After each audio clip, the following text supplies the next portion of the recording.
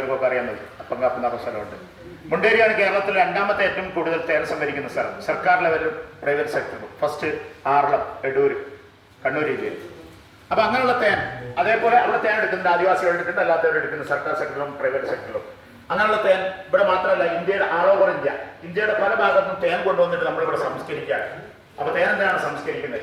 വിദേശ രാജ്യങ്ങൾ നമ്മുടെ കുടുംബത്തിലെ ബന്ധത്തിൽ ആരെങ്കിലും പോലെ അവർക്കറിയാം, ശുദ്ധമായ തേനാണ് വിദേശ രാജ്യങ്ങളിൽ കിട്ടുന്നത്. അത് സംസ്കരിച്ച തേനാണ്. 10 or 100 വർഷം വെച്ചിരുന്നാൽ കേടുവരില്ല.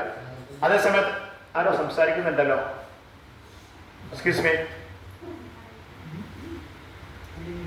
ഇത് ശരിക്കും ഒരു ക്ലാസ്സാണ്. അപ്പൊ നമ്മളെ KSRTC ഡ്രൈവർ ചിലപ്പോൾ പറഞ്ഞു തന്നില്ല, കണ്ടക്ടർ പറഞ്ഞു തന്നിട്ടുണ്ടാവും, മറ്റുള്ളവർക്ക് ഡിസ്റ്റർബ് ആവും, അതുകൊണ്ടാണ്. അപ്പൊ അങ്ങനെയുള്ള തേൻ കൊണ്ടുവന്നിട്ട് സംസ്കരിച്ചിട്ട് ശുദ്ധമായ തേൻ എങ്ങനെ കിട്ടും അത് അറിയാനും പഠിക്കാനുള്ള ഒരു സംവിധാനമാണ്. നമുക്ക് മലയാളിക്ക് പ്രത്യേകിച്ച് ഒരിതില്ല, കാരണം നിങ്ങളെ എല്ലാ ഭാഗത്തും തേനാണ്. നമ്മുടെ കരിമ്പോഴ ആണെങ്കിലും അല്ലെങ്കിൽ പിന്നെ കാളികാവാണെങ്കിൽ കരുവാരക്കുണ്ടൊക്കെയാണ് ഇഷ്ടംപോലെ തേൻ കിട്ടുന്ന സ്ഥലം. അവിടെയൊക്കെ ഇവിടെയാണ് സംസ്കരിക്കാൻ കൊണ്ടുവരുന്നത്. ചുങ്കത്തറം സർക്കാരിന്റെ സ്ഥാപനമുണ്ട് മുണ്ടേരിയൊക്കെ.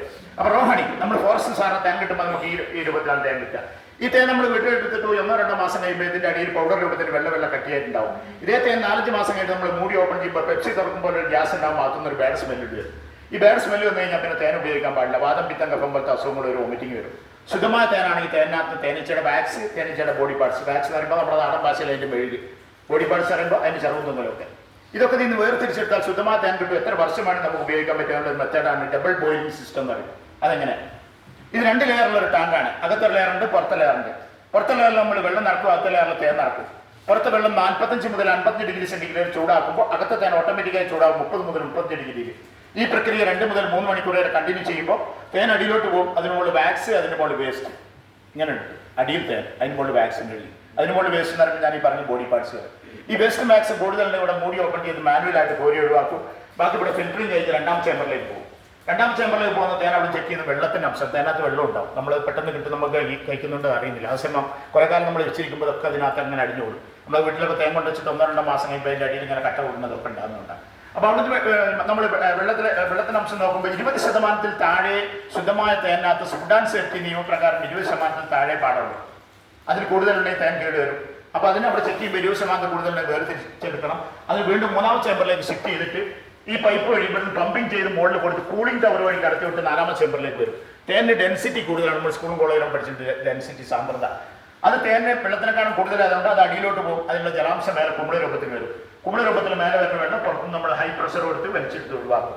അങ്ങനെ ഒഴിവാക്കുന്ന വെള്ളം നമുക്ക് ഈ രൂപത്തിലാണ് കിട്ടുക. തേനെടുക്കുന്ന വെള്ളമാണ് ശുദ്ധമായ പച്ചവെള്ളം. എന്നാൽ ഒരു ശകലം പോലും മധുരം കാണത്തില്ല.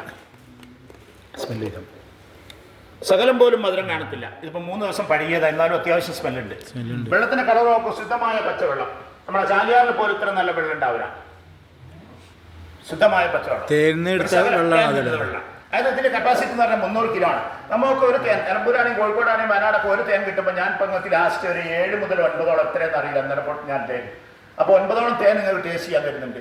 ഈ ഓരോ തേനും ഓരോ ടേസ്റ്റ് ഉണ്ടാകുക. ഫോർ എക്സാമ്പിൾ ലിച്ചി ഫ്രം ബീഹാറിലെ പുതിയ തലമുറ കണ്ടേ അവർക്കറിയാം. ചെറിയ ജ്യൂസ് കിട്ടില്ല, 20 രൂപ. അപ്പൊ അത് ഒറിജിനൽ ലിച്ചി തന്നെയാണ്. കാരണം ഞാൻ ഒറിജിനൽ വർക്ക് ചെയ്താണ്, സെൻട്രൽ ഗവൺമെന്റിൽ വർക്ക് ചെയ്തതാണ്. അപ്പൊ അത് ഒറിജിനൽ ലിച്ചി തന്നെയാണ്.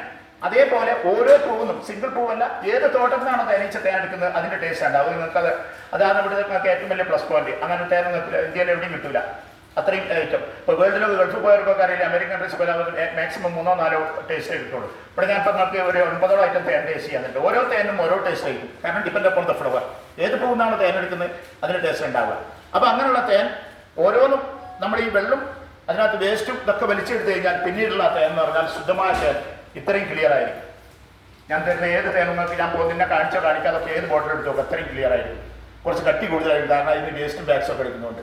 ബാക്കി ഇത്രയും ക്ലിയർ ആയിരിക്കും. ഞാൻ ഈ പറഞ്ഞ 9 ഐറ്റം തേനും യാതൊരു മിക്സിങ് അതിൽ വരുന്നില്ല. ഇത് തന്നെയാണ് നിങ്ങൾക്ക് ടേസ്റ്റും തരുന്നത്. അത് വന്നോളൂ. നമ്മൾ തേനീച്ച എങ്ങനെയാണ് തേൻ നൽകുന്ന നോക്കാം. വന്നോളൂ.